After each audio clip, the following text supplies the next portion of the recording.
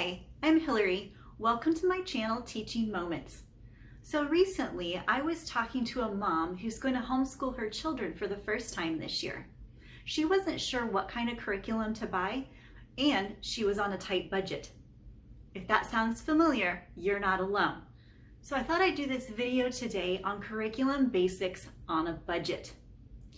So the first thing that you should do before homeschooling or buying any kind of curriculum is check with your state laws and see what subjects your state requires you to teach your children. Next, you should make a plan. It's always good to write those out because often when plans are written out, more than likely they will happen. Or put it on your phone if that's how you do it.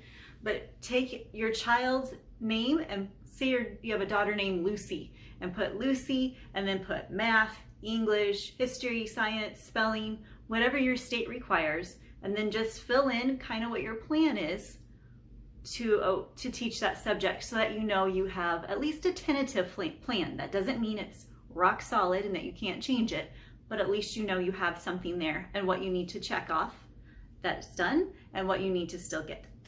So state laws, and then the next things that you should look for are the foundational subjects, and those are math and reading. They are going to be worth your time and your money. So finding a good curriculum for math and reading is going to be the best idea. So I did a math review video a while ago. You can go back into my list of my videos and find the math review. I review several different curriculums and I give tips on math.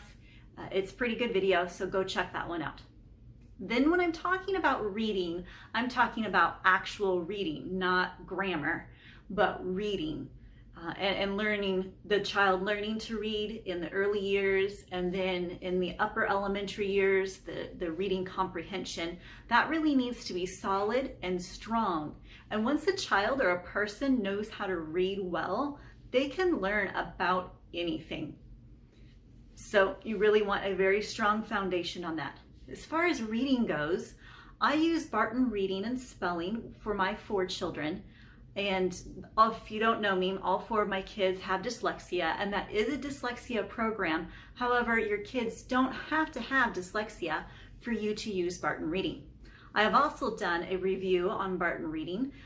That was actually one of my first videos, so you can go back and check that one out too. I've also used Abeka for reading. I thought they were pretty good for kindergarten, 1st grade, and I think it was right around 2nd grade where it started getting a little bit tricky and started moving too fast for my kids who had dyslexia, and I didn't know. So maybe they'll work for your kids, but for my kids it did go a little fast. I felt like when they got to the long vowels, my kids didn't have enough instruction to know when to use the long vowel and when not to. I've also used a reason for. There's a reason for writing, science, reading, and I have used a reason for reading. And I like that as far as the kids having wholesome books to read as they're moving up in levels and being able to read bigger words and more words. I have not done a review for that one yet, but it is on my list of videos to make, so I'll be looking for that one soon. Also, Rod and Staff is a curriculum that I've used before. I used their grammar for my kids and I really liked it. I did not use their reading, but I heard that their reading was really good, and if it was anything like their grammar, I believe that it probably was good. So you might want to check those out.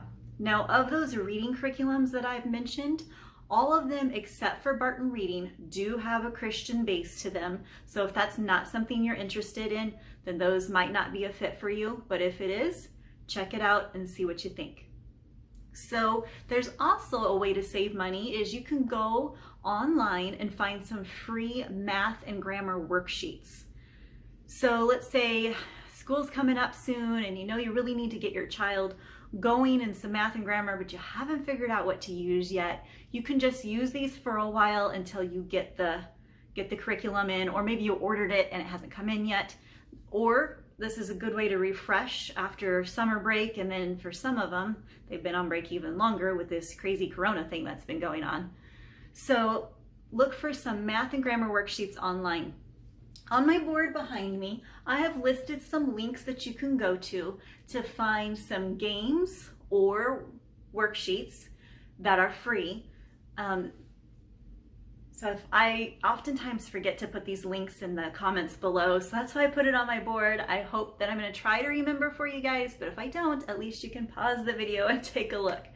So the first two I mentioned here, abc.com and shepherdsoftware.com, those are more games, and they do have, like, I think at least K through 6th grade, and I know Shepherd Software, actually ABC as well, has more than just math and grammar. I believe they also have some science and health and geography and things like that. So those are good ones to check out.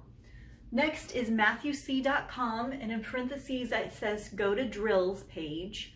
So there's a place where you can go on there, and it's free and accessible to anyone, and you can have your child go through addition, subtraction, multiplication, or division, and then you can even check which, like if you just want them to do their multiply by 5 and 2s, you can do that. So go check that one out. Then the next two are worksheets for math, and that's mathfatcafe.com and also dadsworksheets.com. So you can check those out. Those are an inexpensive way to be able to have some curriculum at your fingertips. Also, there are workbooks in, say, Target, Walmart, Staples, the dollar store, probably other places, but those are places I've commonly seen them. There's little workbooks that you can pick up for your kids, for sure the elementary years, to go through and review or to have as a curriculum again until you find something else.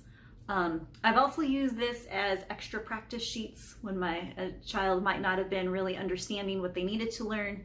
I would just pull those out and use it as extra practice sheets for them. Okay, so that's it for math and reading.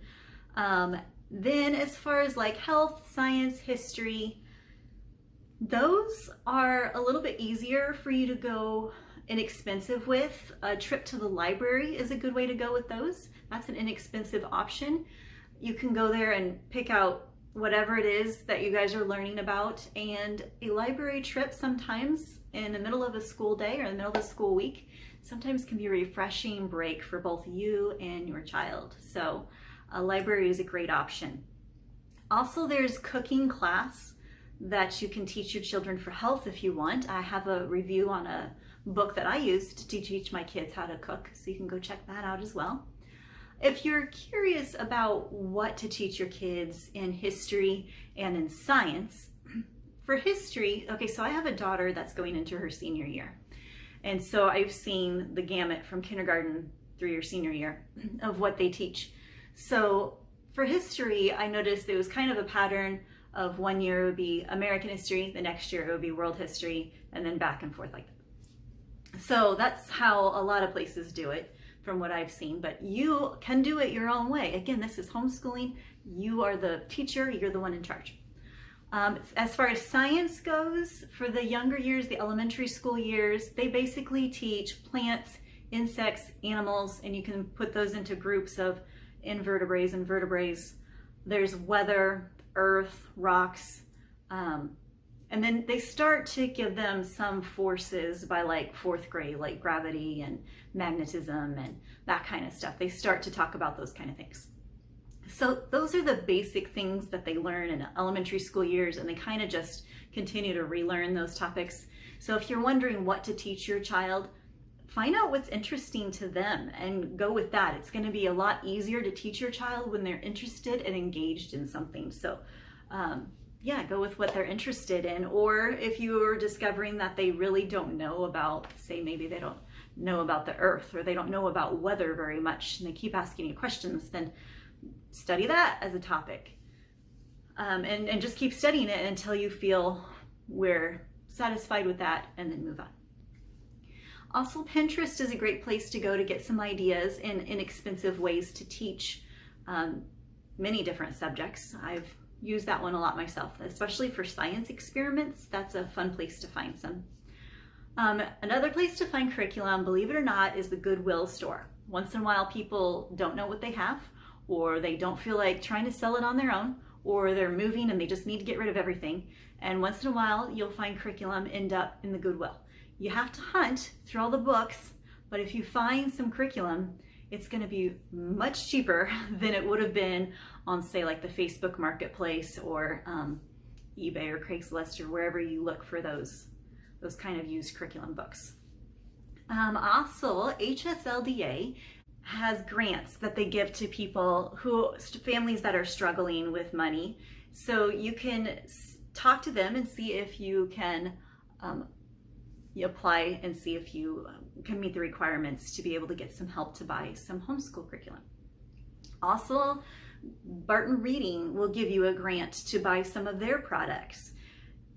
I think that it would be a good idea that if you have a curriculum that you like and you really want to get, it doesn't hurt to call up the company and say, hey, I really want this. I don't exactly have all the money that I need. Do you guys have any options? Do you have any scholarships? Do you have any grants? Do you have any discounts going on? And most of the people want to sell you their curriculum, so they will try to come up with options for you. So that's an idea as well. Another way to have it be less expensive is if you have kids that are close in age, just group them together and teach that subject using one curriculum. That way you don't have to buy as many curriculums. I do that with my younger two. I have grouped them together for science. Sometimes I've grouped them together for history and grammar class even. And that helps to save time and money.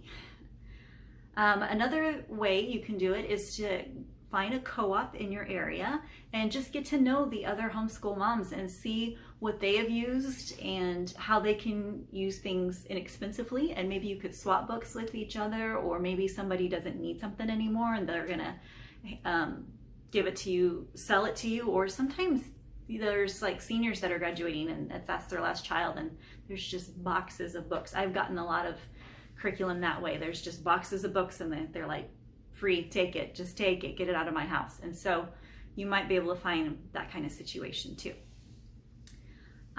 Also, another tip is when you get your income taxes back, so this would be planning for next year, but when you get your income taxes back, that's one of the things that we used to do is buy our kids' curriculum for the following year. So I was already planning in January when we were working with our taxes and we just turned them in. I was planning on what the next fall was going to look like so that I could buy curriculum. And that really helped us to save a lot of money and to be able to get the curriculum that we wanted. Okay, so I think I got all of my notes. If you enjoy seeing curriculum reviews or enjoy hearing tips about homeschooling, then please click subscribe and ring the bell to get notifications of whenever I have a new post. And thanks for watching.